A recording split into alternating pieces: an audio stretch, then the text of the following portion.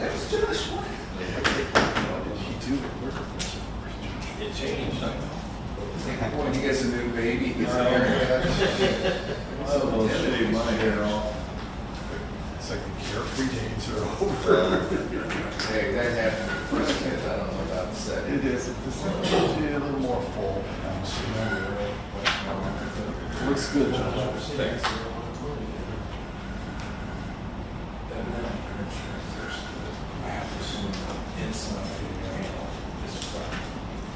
I got an email, but I don't see them.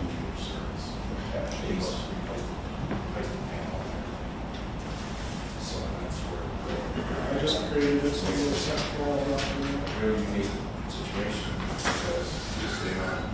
Even tell me wrong, yeah, outside as well.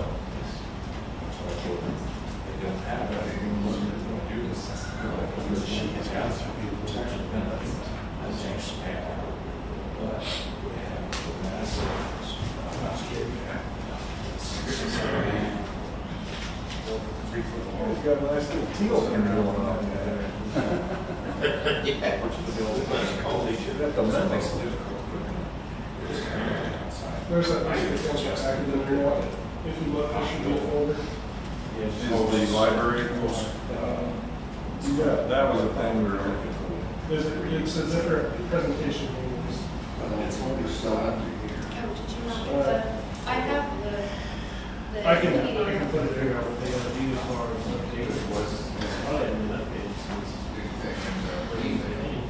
And David, if you need your, all the details. I got you. No, it's in my journal. Call this meeting to order and ask if you would please stand for the Pledge of Allegiance. I pledge allegiance to the flag of the United States of America and to the republic for which it stands, one nation, under God, indivisible, with liberty and justice for all. Thank you very much. Please be seated. Next, I will recognize Pastor Chris for an opening prayer from our iconic Bethany Lutheran Church. Welcome, Pastor. Thank you, Mayor. Let us pray. Good and gracious God, we give you thanks for this day, for this time of gathering. We ask that you surround these leaders with wisdom. Give them courage to make decisions for the good of all, to do what is right for our community, that they may glorify you in their work. Strengthen them with kindness and grace, with love and care for the people of Lindsborg, in the state of Kansas, the United States of America, and this world. Let us be beacons of hope from this place in every direction. Guide them. Strengthen them with your grace, mercy, and peace. In Jesus' name we pray. Amen. Thank you, Pastor. Item number 3, public input. Are there those here this evening? Okay, no public input this evening. Item number 4, I don't believe we need an amendment to the agenda. Thank you, David. Item number 5, the mayor's report, and had a wonderful 4th of July. Hope that all of you enjoyed that down at Swenson Park. It was a great time. The crowd seemed to be larger than the last few years, and the weather was very nice. I noticed our distinguished librarian was there with helping with all the young kids in their parade. So thank you, Susanna, for being there. Interestingly enough, I got a greeting from Alf and Maud Brorson from Sweden. So I read that from the bandshell stage, and that was fun as well. So we appreciate that very much. And with that, Council, we have our next meeting will be the meeting where our new administrator, Tanner Foss, will be here, and he will be appointed officially at that time. So we're looking forward to that. He has spent a couple evenings here in the last 10 days, so he's very excited about being here, and we've talked about a lot of the things that he'll likely be working on. So anyway, that is at the next meeting. We will now turn our attention to item number 6, which is the consent agenda, and all of these items will be voted as a package. They are non-controversial in nature, and they will not be discussed individually unless a council member requests. Item A is the approval of the minutes for the June 16, 2025 meeting. Item B is the payroll ordinance number 5542. And item C is the purchase order ordinance number 5543. Is there a motion to approve the consent agenda? So moved. Second. We have a motion and a second. Are there questions on the motion? Seeing no questions, we'll have David, who is filling in for Roxy this evening. Thank you, David, for that. Call roll. Councilmember Peterson, Yes. Councilmember Vanderwood, Yes. Councilmember Keeble, Yes. Swanson, Yes. Presley, Yes. Corbin, Yes. myself. Yes. Thank you, council. Motion passes. Thank you, David. Now turn our attention to item 7. We have no appointments for this evening, so we will move on to item number 8, which is the committee staff reports. We have a report from Noah Flores, our Parks Director. And Noah, is Cody want to come up with you at the same time? Or, okay, Cody Kramer from Community Forester. So welcome Noah and welcome Cody. Thank you for being here. Thank you, Mayor, Council. So just a little overview. 10 years ago, we had a tree inventory and management plan made. Since then, last year, we updated it. The Kansas Forest Service showed up with a crew, and they inventoried our trees, our street trees, which is from the sidewalk to the curb. And and also, if there was no sidewalk, it had, I think it was 15 or 20 feet, approximately, where a sidewalk would have been. So those trees were identified and data was collected, and this will allow us to look at our urban canopy to improve it, see trends, and also look at damaged or dying trees for hazards from them as well. So that's kind of the general impact of this tree inventory and management plan. I'm going to let Cody speak a little more in detail about it and also answer any questions that you guys may have. Thank you, Noah. Welcome, Cody. Yeah, good evening. My name is Cody Kramer. I work for the Kansas Forest Service, and my role is a community forester. So I cover the Southeast District, about 30 counties, and Lindsborg is about as far north as I go, but I live in McPherson, so not too far down the road. I think everybody hopefully has had a chance to look at it, or maybe have seen it. I'd encourage you to take a look at it if you haven't already. If you have 5 minutes or so, I'd be willing to read the executive summary, if that's okay, if there's time for that. Okay. The benefits of trees in a community are well established and long-reaching. Trees promote mental and physical health, reduce crime rates, increase property values, mitigate stormwater runoff, reduce air and noise pollution, minimize the heat island effect, provide habitat for wildlife, reduce energy costs, produce oxygen, store carbon, and provide intrinsic aesthetic beauty. By prioritizing the care of trees, the community of Lindsborg will show its commitment to providing quality infrastructure to its citizens. With Lindsborg's existing city code in place, the maintenance of street trees falls to homeowners. This creates an obvious challenge for proactive management and care. However, planting programs that involve the tree board, city staff, and homeowners working together to plant desirable species in applicable spaces, i.e. right tree in the right place, could go a long way towards improving the age and species diversity revealed by the inventory. Educating residents about the benefits of trees will be imperative in getting more trees planted, pruned, and maintained. By planting a diversity of new street trees that will someday become large shade-creating infrastructure, the quality of life can be enhanced for Lindsborg residents. A total of 83 distinct tree species were inventoried on street, rights-of-way, and in parks.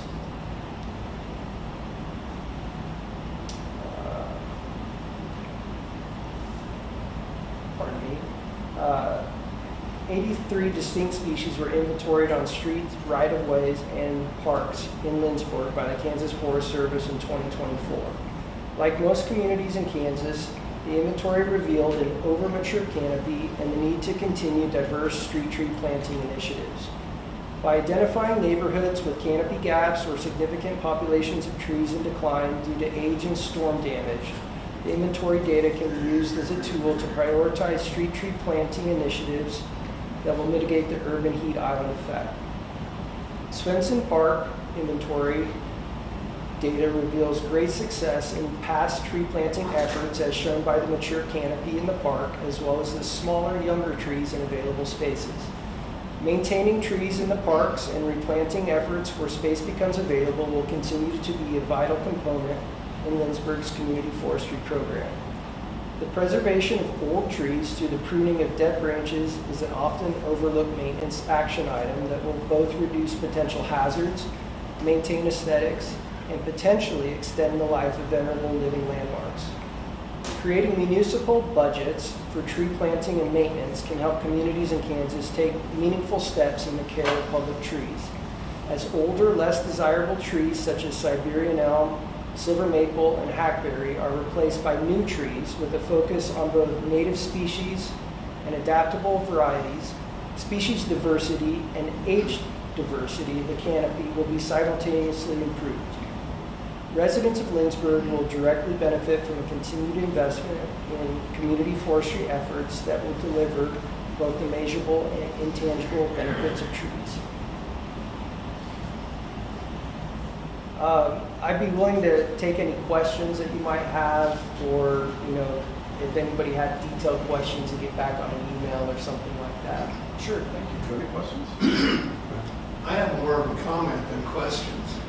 I'm always the oldest person in the room, so you'll have to forgive me for this once in a while, but By 3 months. what? By 3 months. Oh, that's right, by 3 months. I remember as a young kid, grade school, junior high, coming to visit grandparents, both sets lived here. And I remember when we lost the bulk of the American elms. And Lindsborg didn't look the same as it does now. Sure. It looks more like it did in the 50s. Sure. And whoever, I don't know when you started a tree plant or whatever, but whoever has done that kind of thing, you said 80 varieties. That's unbelievable. Yeah, it's a great But diversity. it's beautiful again. There isn't a town our size in the country that has better looking trees as far as I'm concerned. And they keep trim. So I get just a comment. Thank you, Noah, and for the job y'all do. Yeah, you have a very active tree board and great municipal staff, so yeah, you're doing a great job. There's a Siberian elm, the one on it's called the Chinese elm or Often the Russian elm. Yes. Yeah.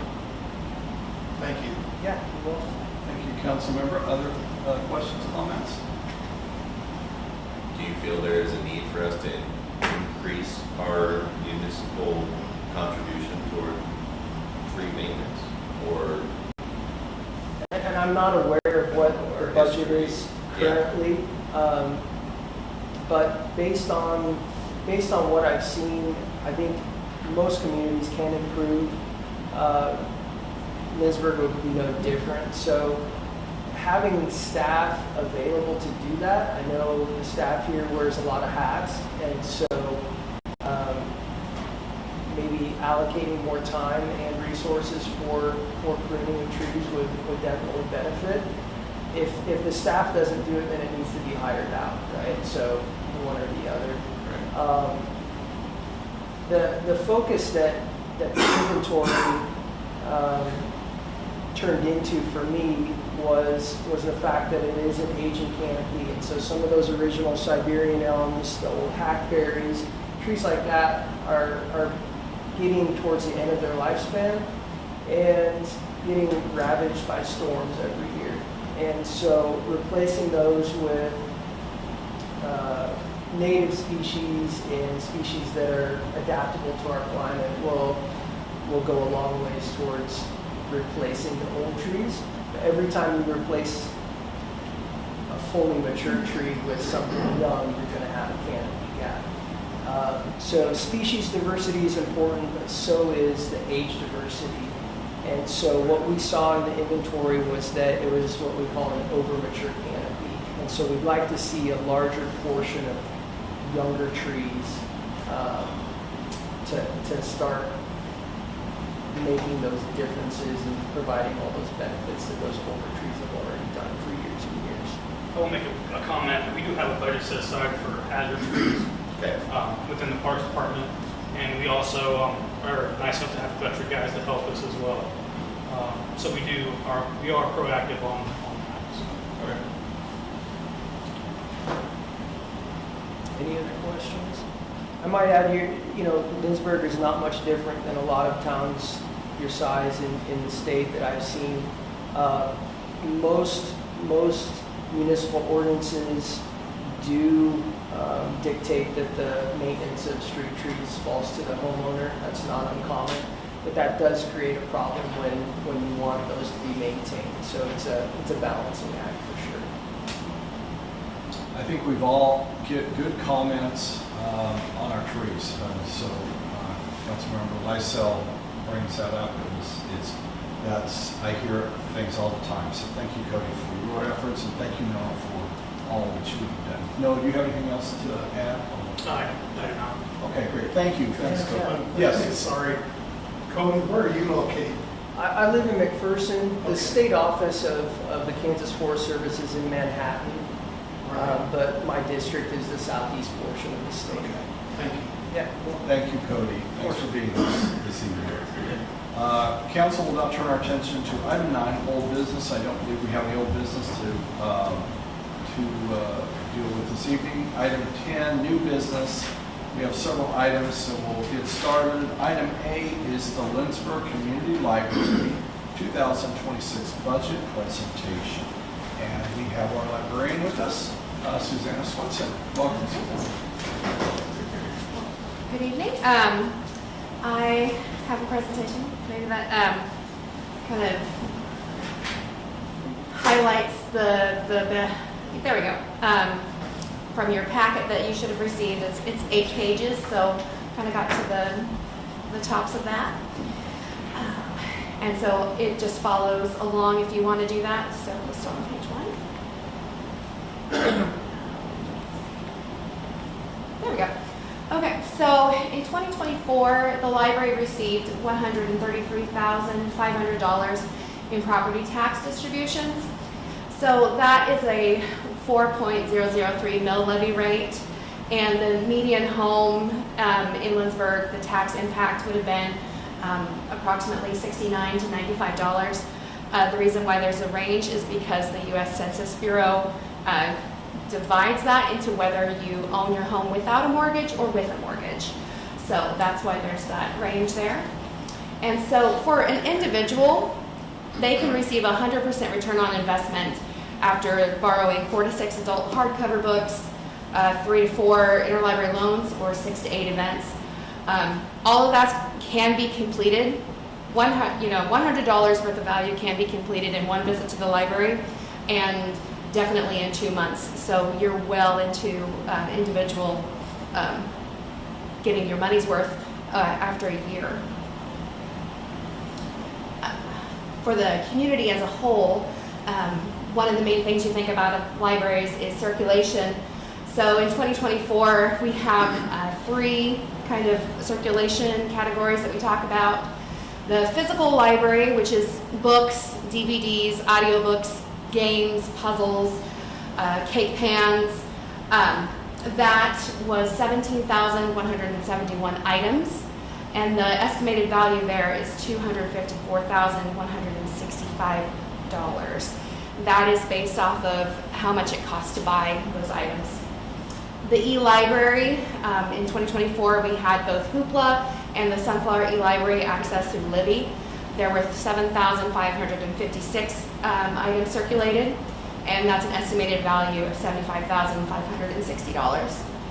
Then interlibrary loan requests. We cooperate with other libraries throughout Kansas to get our patrons items that we don't own ourselves. This is especially helpful for people who want academic type works that we just don't have in a popular reading library. We're able to borrow them from academic libraries at K-State, Wichita State, KU.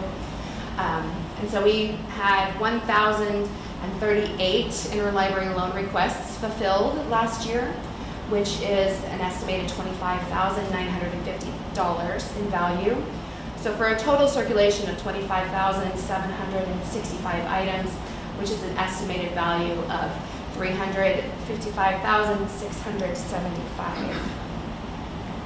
The next thing you think of with libraries is programs. Like right now we have our summer library program, and throughout the whole year we have programs in more than just summer. We had early childhood events. Early childhood covers things from birth to 5. This is primarily story times. We had 47 events attended by 1,112 people, and 708 of those were children.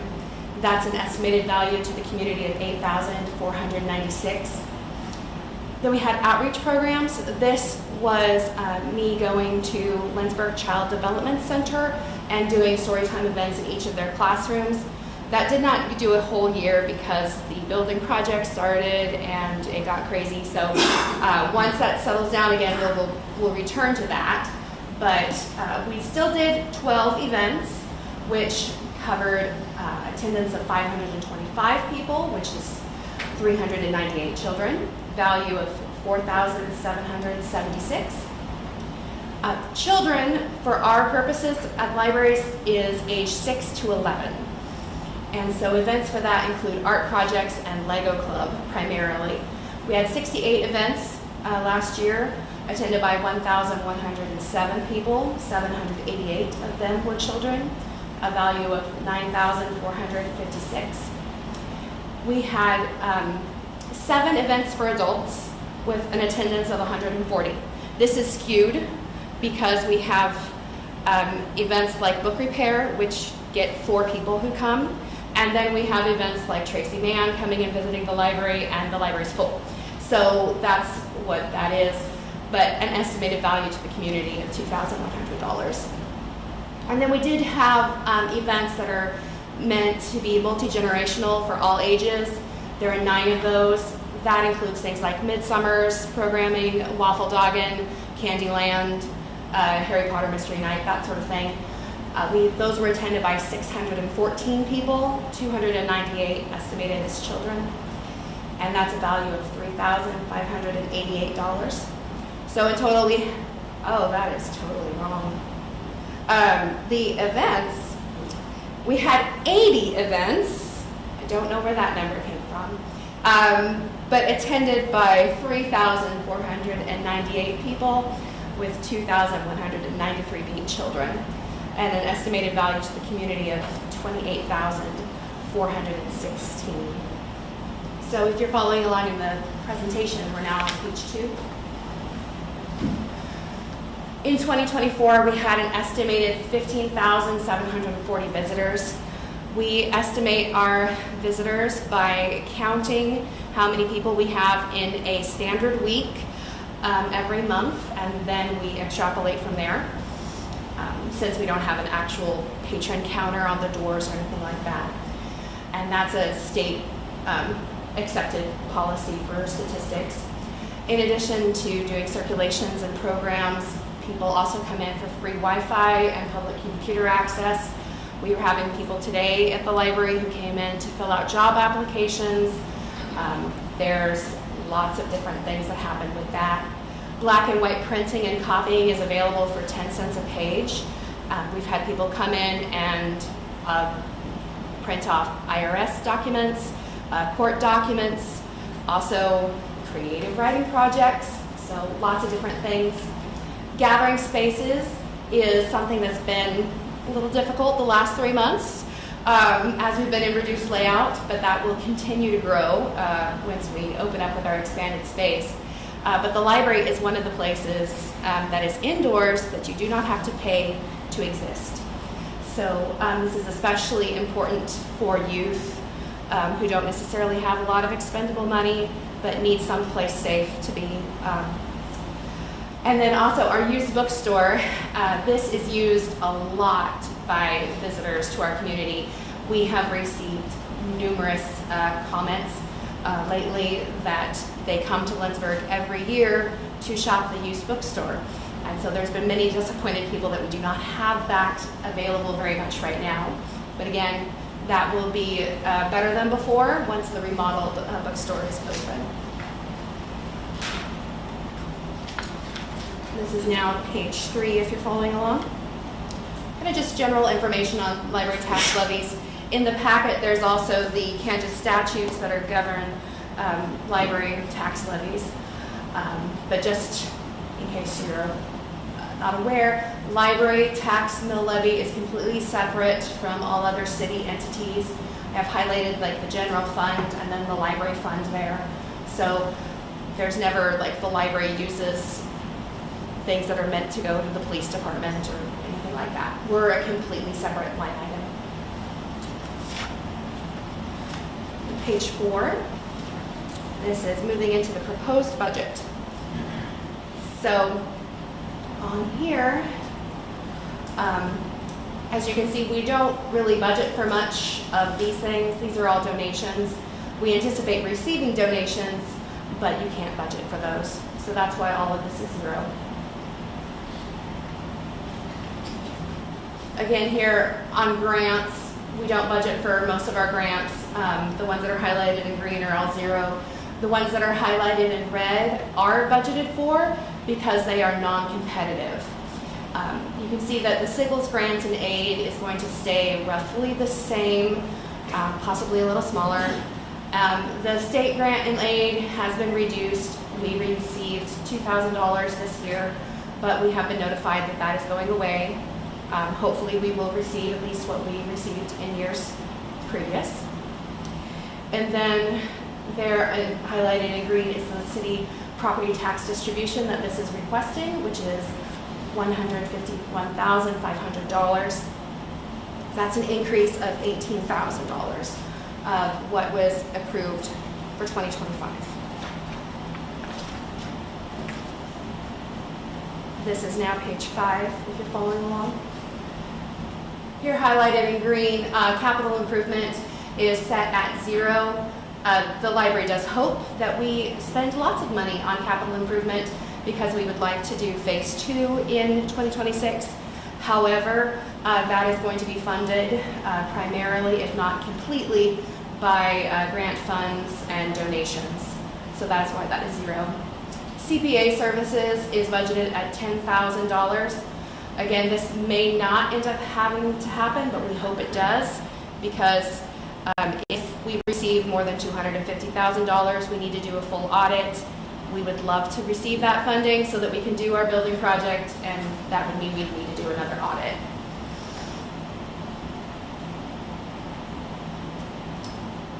Here we have highlighted in green the total library materials at $21,000.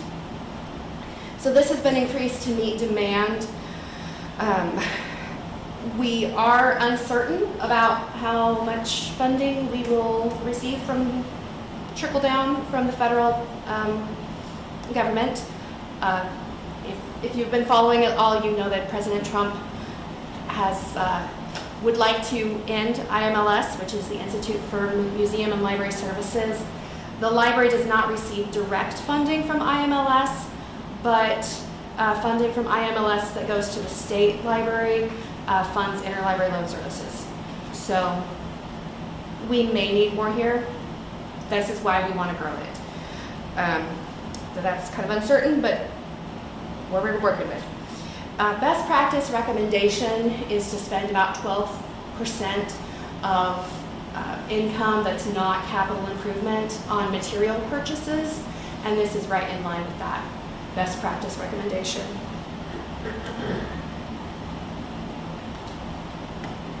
Okay, here you'll see net payroll is highlighted in green.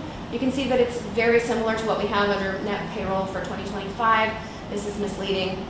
That is because last year on the net payroll line we put the gross payroll for budget purposes, which you can then see because there's zeros underneath in the state deposits. But it was requested that it makes more sense if we have a net payroll there rather than a gross payroll. So I did my best to estimate what the net would be and then what each of the individual items would be. The total payroll there is highlighted in red. So payroll for this budget is $103,065. Best practice is 65 to 75% of operating expenses, but this is not there. This falls short. That would be $114,000 to $132,000 of a recommended range. The reason why we aren't doing a full towards the recommended is because items that are not as flexible cost more, so we would need to ask for $40,000 in order to get there, and we wanted to not do so much of a jump. There's not much of note here. Subscriptions, supplies, technology. And here, this is the final bit. The transfer to capital improvement fund is highlighted in green. It's currently 0. Each year, you can legally transfer up to 10% of income received from property tax distributions to a capital improvement fund. We don't have any planned in there right now, but if there would be any line items with surpluses that didn't take the full amount, we would want to spend it towards this line item so that it could go either towards the building project or rebuilding our capital improvement fund for emergency issues. So the maximum amount that we could transfer with this current budget is $17,666.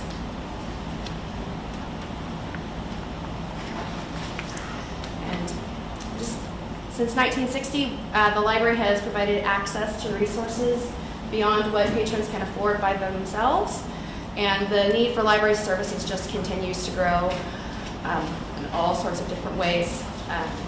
We are very excited to have community support for the expanded library building, and we are looking forward to how we can continue serving the library community, both residents and visitors. So, are there any questions? Thank you, Susanna. Questions from council? Susanna?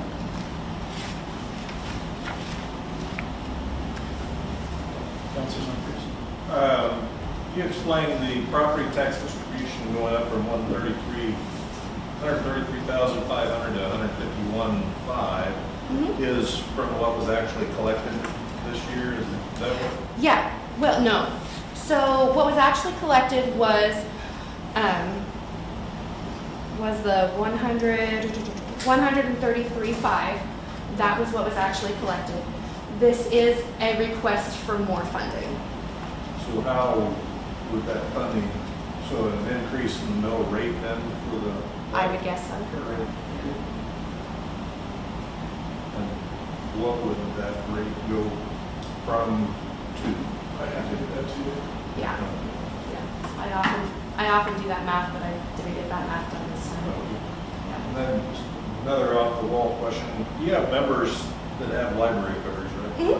How many, I have no concept of how many people in our community have library cards. I think we have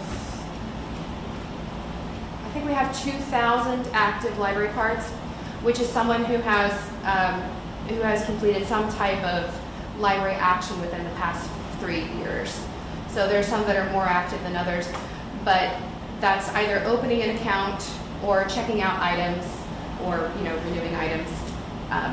We update our database every 3 years because that's state policy.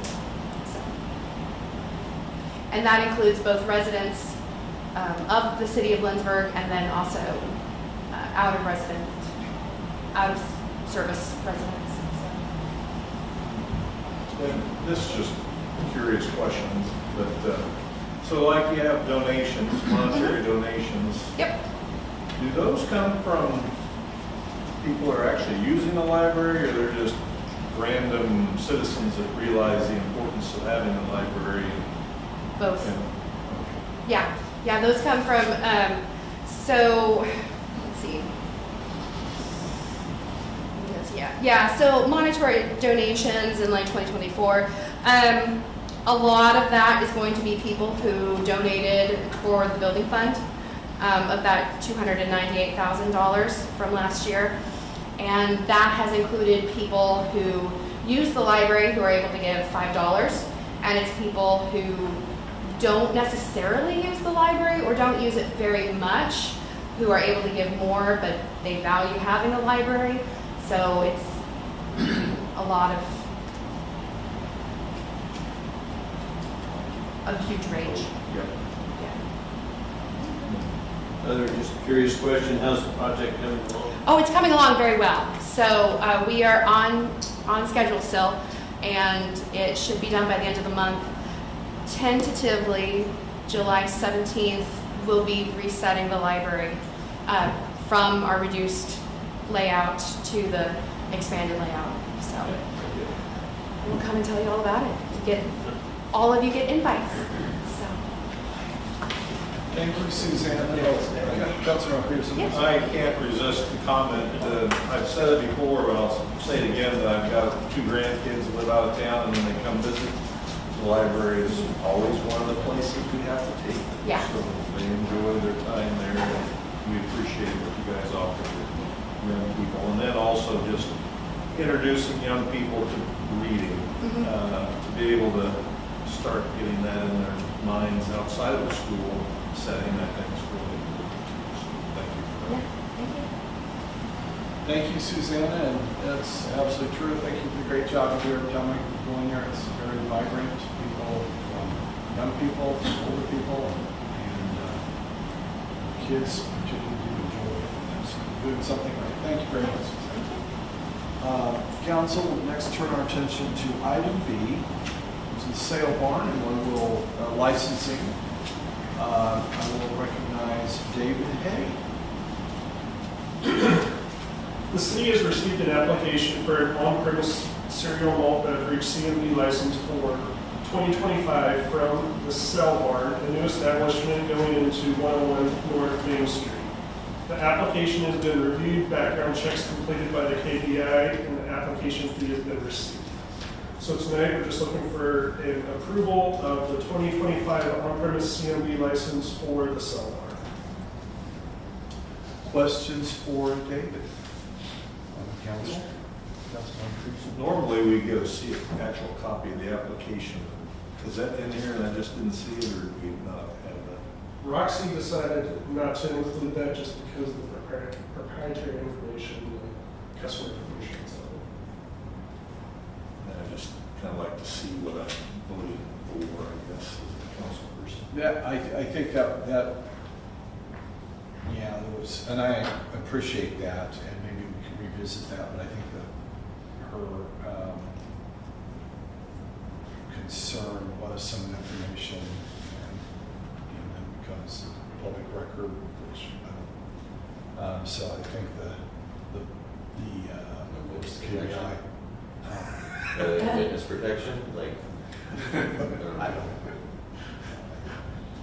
But we'll revisit that, so that. In this case, KBI background has been, application has been reviewed. So, further questions for David?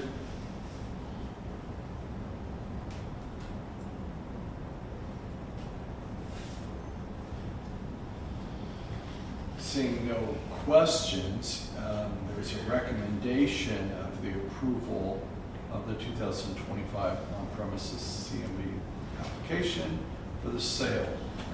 If there is a motion. I'd make that motion to get it on the docket. I'll second. We have a motion, second. Questions on the motion?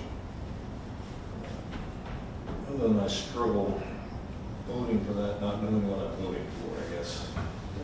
I don't want to delay their opening by any means, because I'm sure glad that there's going to be a business going in there, but I just, point of procedure, I guess, just struggle with that. Clark, didn't you say the KBI is?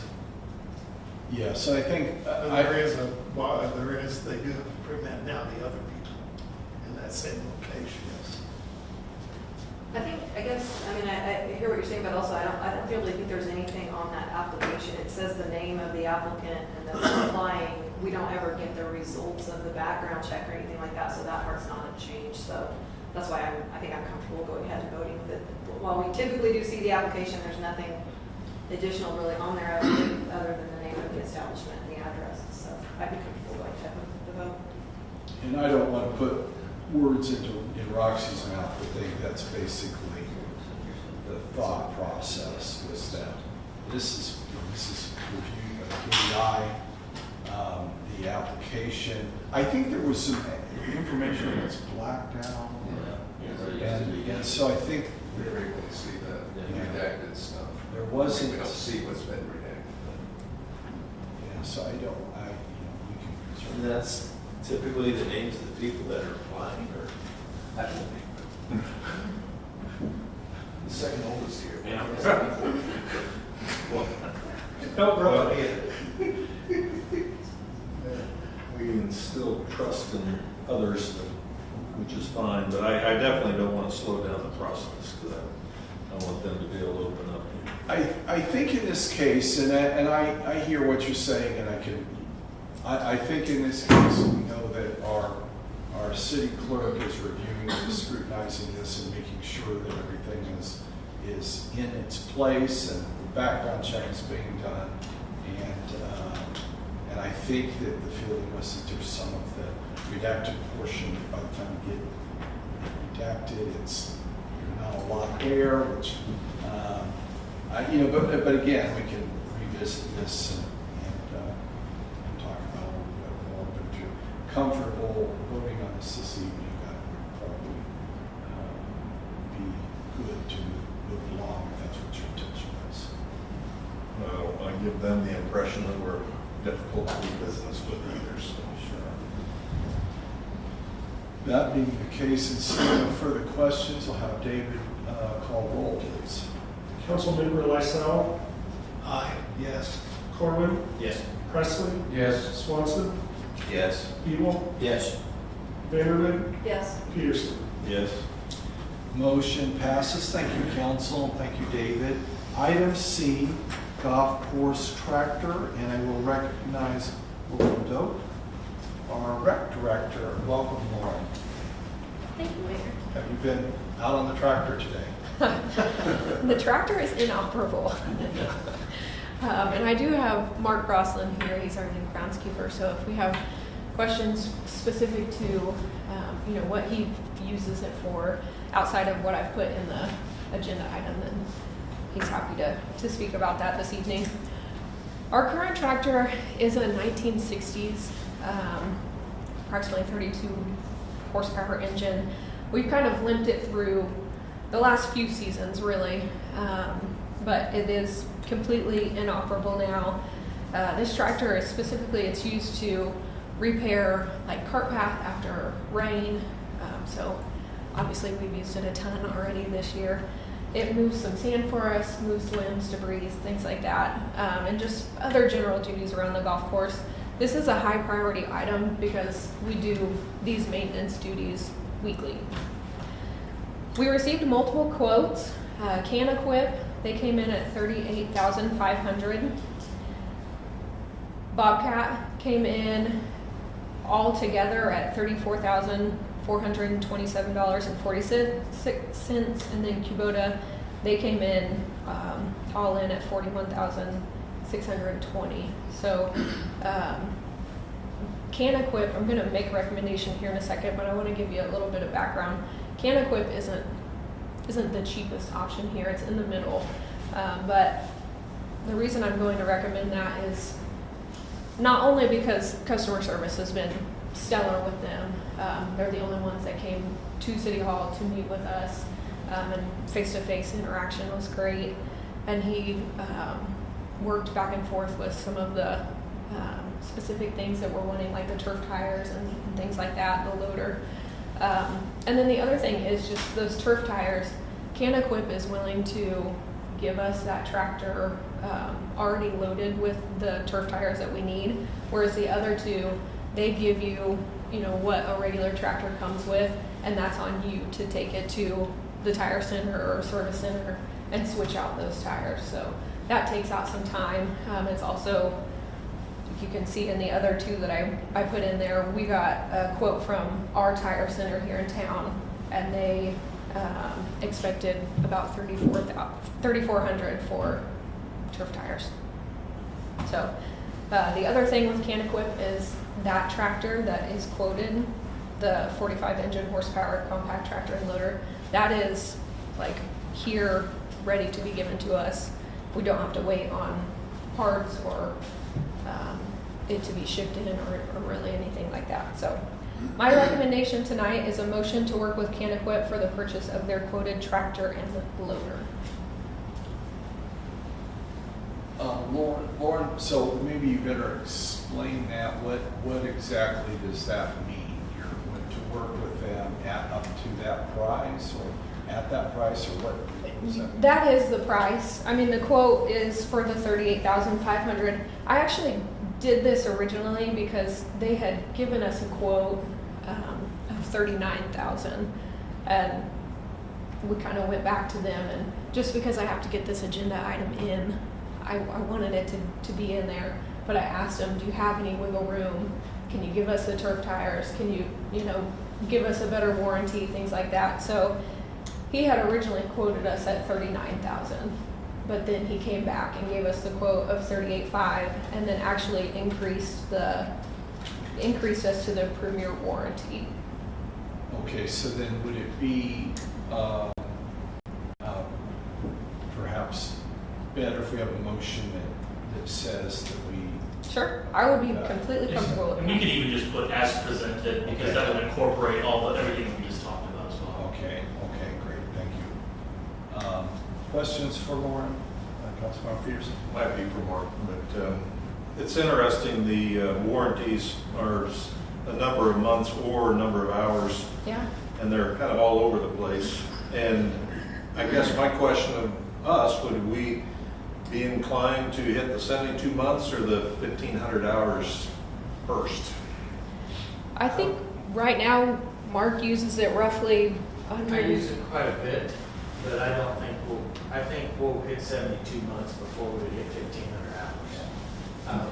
So then Just the- thinking of a lawnmower, we've owned that X-Mark now for 3 years, and I've got, I think, 600 hours on it, 500 or 600 hours. And it goes, I mean, it's in use 6 to 8 hours a day sometimes. So in light of that, then we are getting a much better warranty than the other two. Further questions? Seeing no further... Sorry. Oh, sorry. My apologies. Does a golf course tractor get used for other city business when it's not being used, like through the winter? Or are there things you do with it in the winter? Typically, it hasn't, because, I mean, it's basically been inoperable since I've been there. I've been limping it along for the last 5 years. So they would have no use for it in town other than a paperweight. But Those tires aren't going to help you much in the winter. But this tractor, in the off-season, if it was needed for something, they would be able to use it for something if they needed to. But I don't, You wouldn't anticipate anything. I wouldn't see it. I mean, they've got other vehicles here in town. I mean, if there's a big snow or something like that, if somebody wanted to sit out there in their insulated overalls, because it doesn't matter. Or been there, done that. Yeah, I do it at home. Are all of these quotes for new tractors? They are. One kind of process question. We didn't have this budgeted in our capital improvement budget, is that correct? And we haven't like added there and moved it. I mean, is that if we've been limping it along for 5 years, I guess since we're in budget time, I just want to make sure we don't have any other things like that we're overlooking, make sure that, because it seems like it should have been in the CIP maybe. I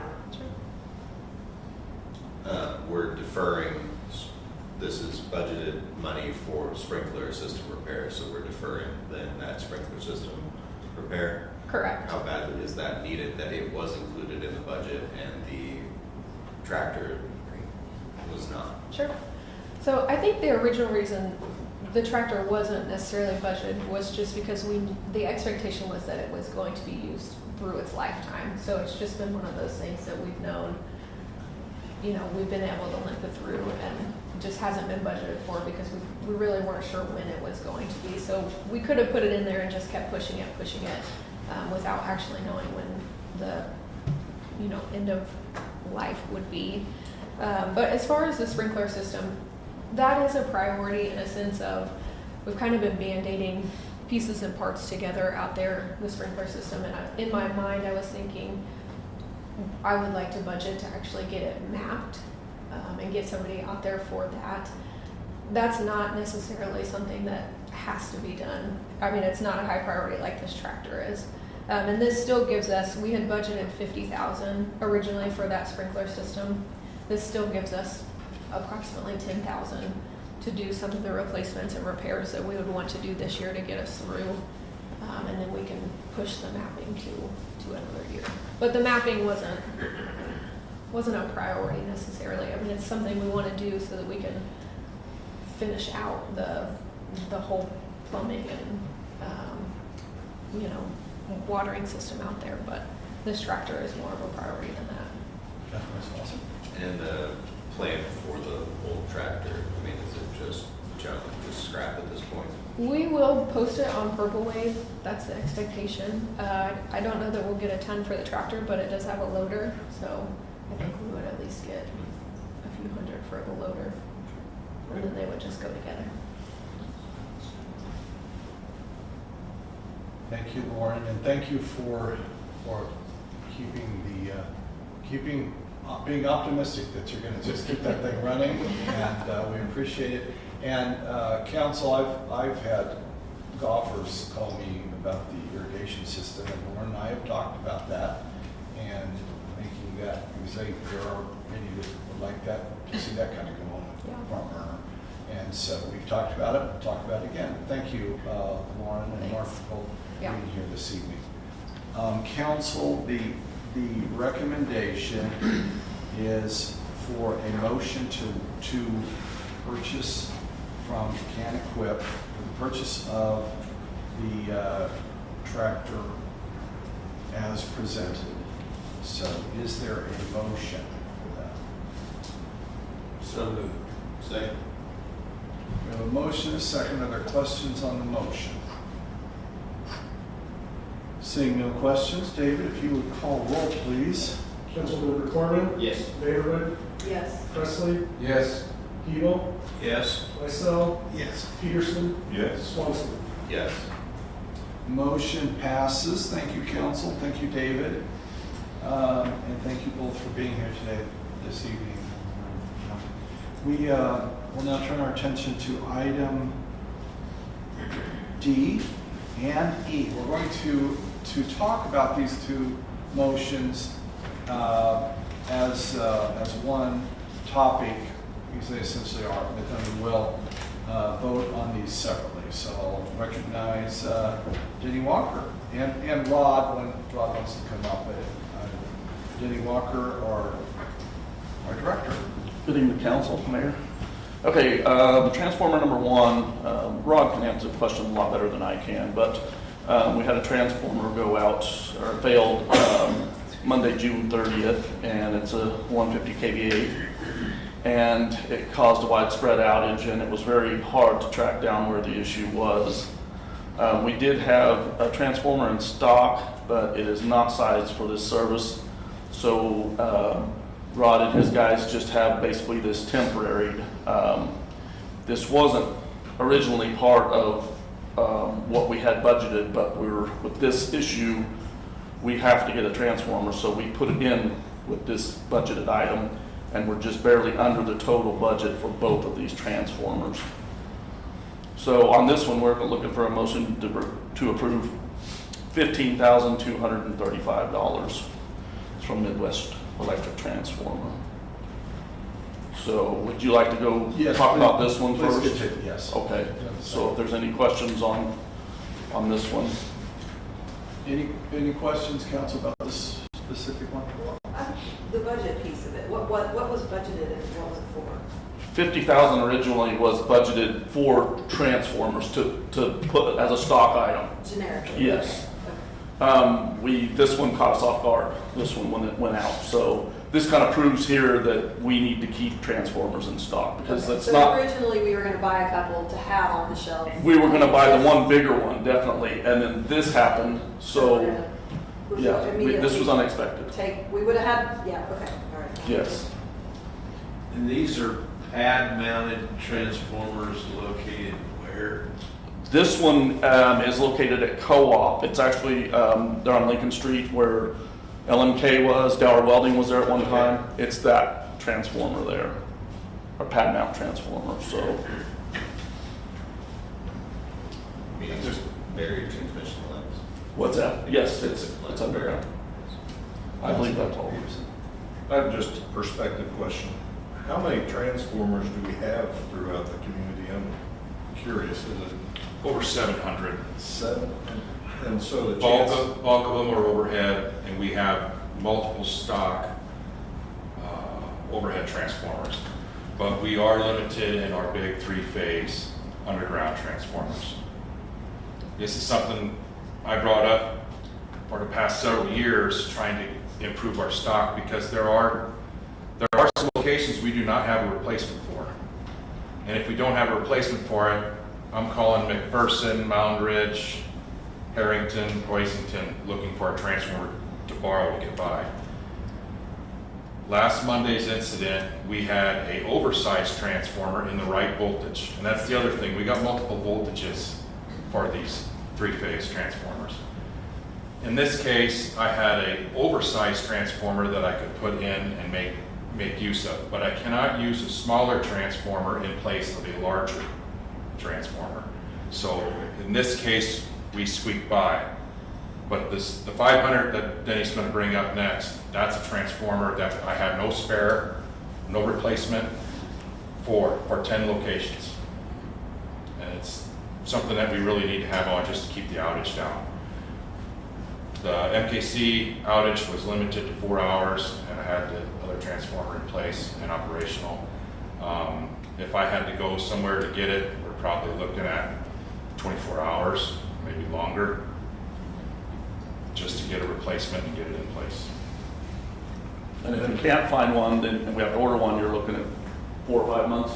3 to 4 months. Yeah. more, sorry. No, go ahead. More perspective then, so if we have 700, what, is there a normal lifespan of these, or? The older transformers we have are the more dependable transformers. They were just built, they were built better, they were overbuilt. Of course, none of them have PCBs, they've gone through that, that's all cleaned up. But you will see in the quotes, there's a wide variety. They're wiring transformers with aluminum, and I am not a fan of aluminum wound transformers. They have historically, which is relatively new, but the last 15 years they haven't held up.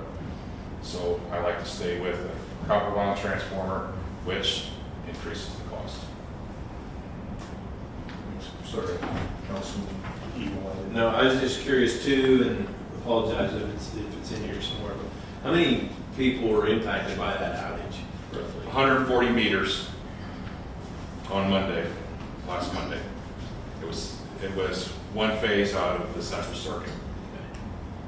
And then the next transformer that we're going to talk about that you would have for stock. I mean, Yes.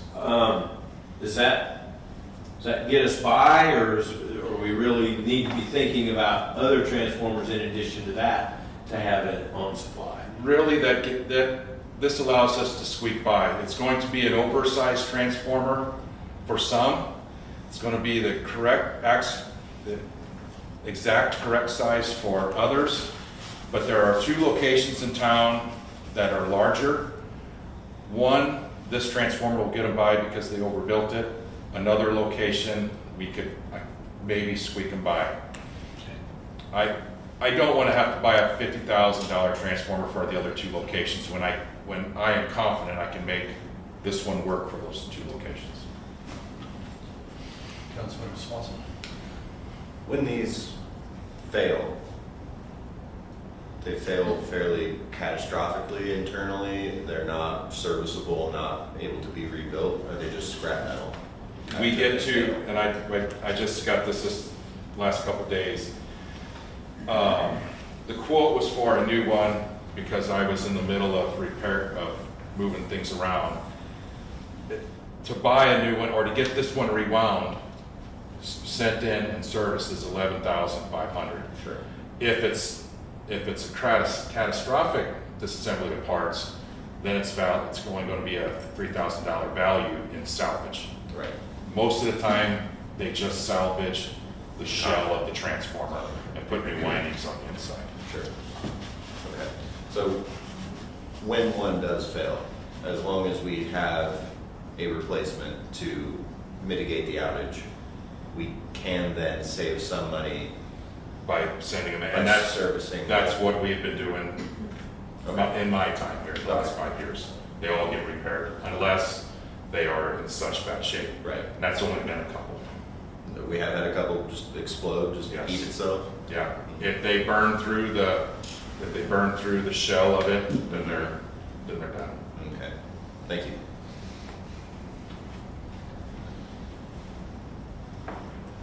Hate to get down in the weeds, but I'm curious now. So what would cause a transformer to fail? Or is there a lot of different things I assume? It's usually in the manufacturing process. This transformer has been there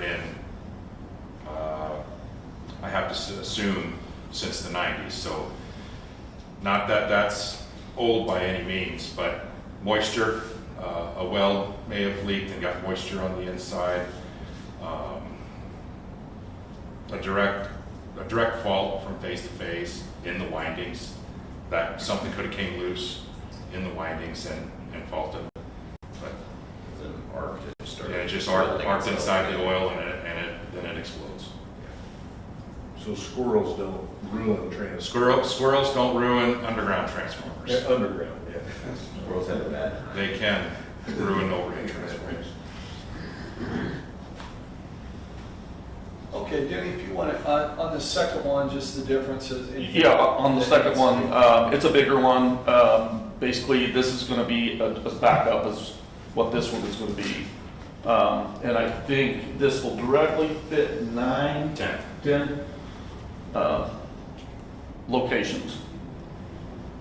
And like you said, the two bigger ones, you think it would cover it too. But we do not have a backup at this point. You know, Rod can go to other cities and ask, but that doesn't guarantee they'll have anything. That's kind of what helps too, being a member of KMU, because they'll locate and they'll try and help you locate things like this. You know, if you do have an issue, but it's hard to tell how far away it might be. So, and on this one, we're looking for a motion to approve $34,340 from Midwest Electric Transformer. And so the budgeted amount, which is $50,000, it's not like each one has a budgeted amount of $50,000, just a total of $50,000. There was a total, budgeted And $50,000. so these two together exceed that a little bit. No, it's $49,575. And I did, and I received an updated quote when I quoted the 150. They asked when the quote was done on the original quote, and that was in very early April. And they gave me a new quote if we could get them both shipped together, ordered and shipped, so this one could come down cheaper. Okay, great. Got a question? Sorry, all sorts of questions now. But like, so if we were to go through, say KMU or whoever, to get one from another municipality, do we actually buy it from them, or do they? We would have to You just replace it. We replace it. In that case, we go acquire that transformer, put it in stock, we order a new one and send it to their location. Oh, And it's whatever manufacturer brand they want. So they may, in this case, we might have to put a aluminum on transformer in to get somebody operational. But we're gonna replace it with a new one. thanks. Further questions? Seeing Seeing no further questions from the council, thank you guys for being here this evening. Council, these will be taken separately. So the first recommendation for item D, number 1 purchase, and let's do that first. Is there a motion for item 1? So moved. Second. A motion, second. Questions on the motion? Seeing no questions, we'll ask David to call roll, please. Councilmember Presley? Yes. Vanderway? Yes. Corwin? Yes. Hebel? Yes. Peterson? Yes. Myself? Yes. Swanson? Yes. Motion passes. Thank you, council. Thank you, David. And now we will go to the second recommended motion to approve the purchase of the transformer. Is there a motion? So moved. Second. Questions on the motion? Seeing no questions, once again, we'll have David call roll, please. Councilmember Vanderway? Yes. Corwin? Yes. Hebel? Yes. Myself? Yes. Peterson? Yes. Swanson? Yes. Presley? Yes. Motion passes. Thank you, council. Thank you, David. We'll now turn our attention to item F, which is the revenue neutral rate. And I will call on our finance director, David Hay. Good evening, council. So what we're bringing to you today is a notice of intent to exceed the revenue neutral. So as you guys know, back in 2021, the Kansas legislature adopted Senate Bill 13, which created the revenue neutral rate. There's been a little bit of change with it, but not much. They thought we were going to see some major change in 25, but that did not occur. So McPherson County has set the revenue neutral rate for 2025 was at 53.676, and we remained revenue neutral at 53.676. So we did not exceed it for that, even though we did do an intent to exceed. Our final was not. A notice of intent, so the 2026 budget has been set at 53.874 to generate the same property tax revenue. The R&R levied by the McPherson County clerk is based upon estimated assessed valuations and not final assessed valuations, which aren't received until November 1st.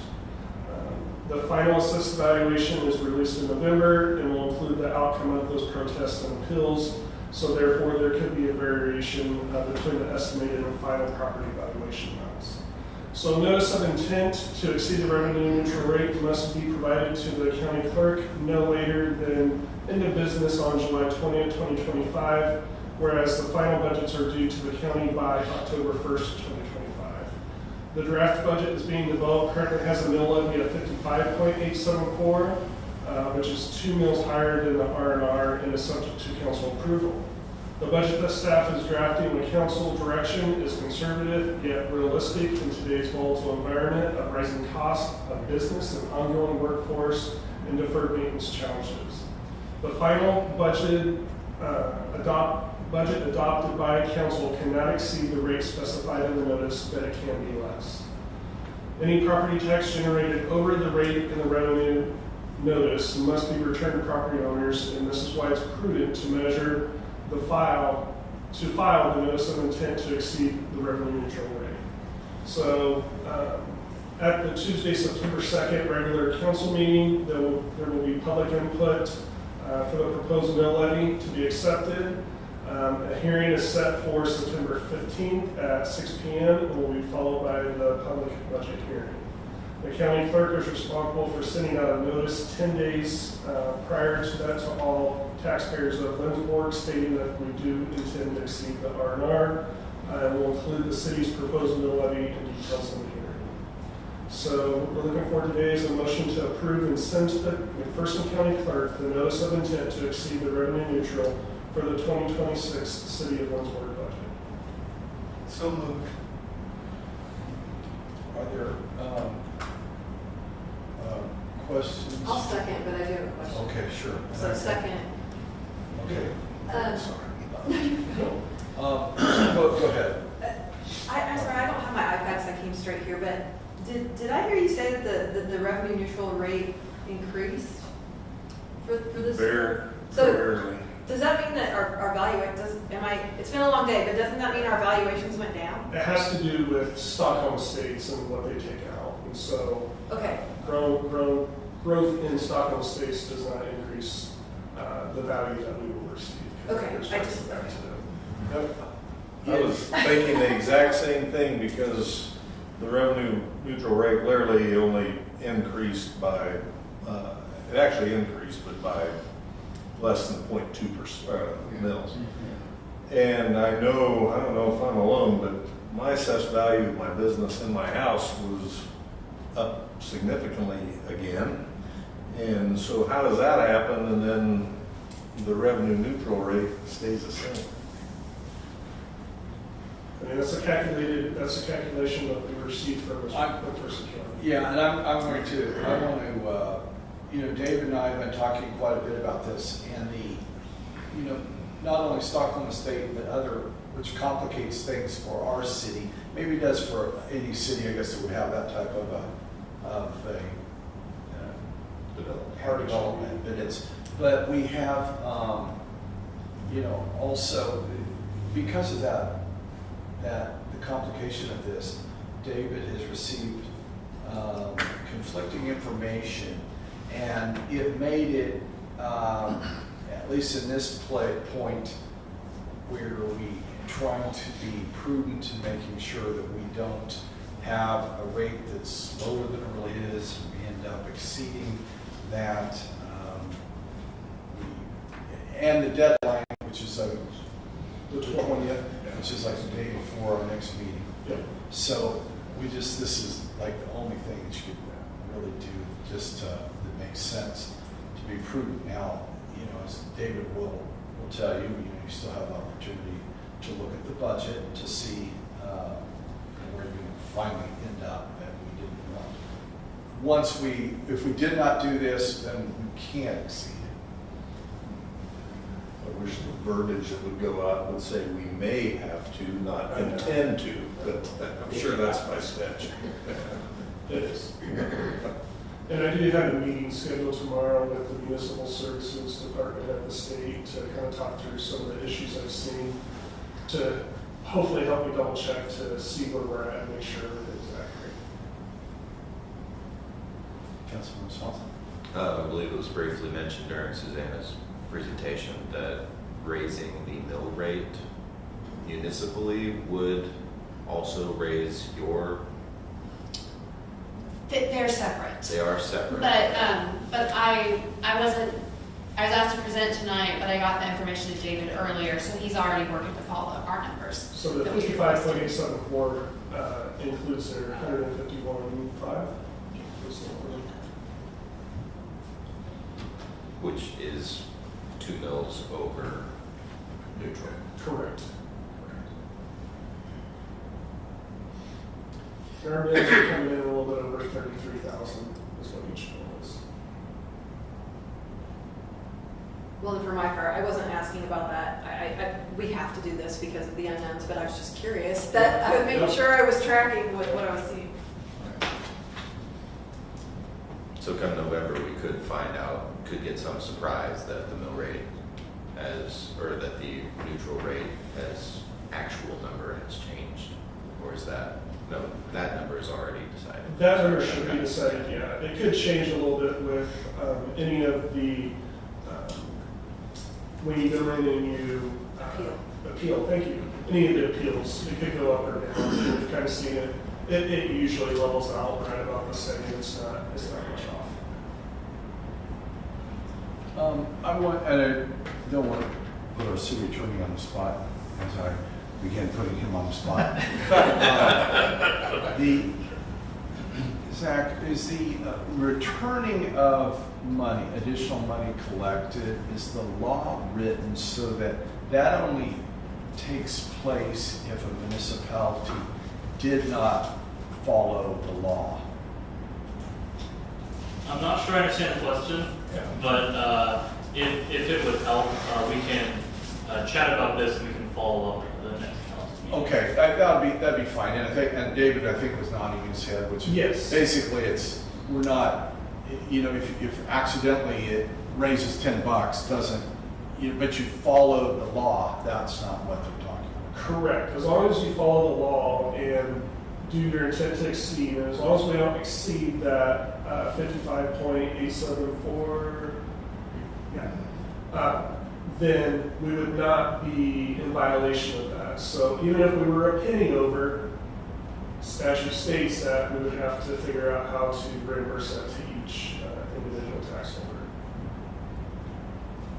We'll do maybe a little talk, maybe Zach, you and I can talk later and just as far as what law applies and so forth. But anyway, we'll have plenty of time to do that.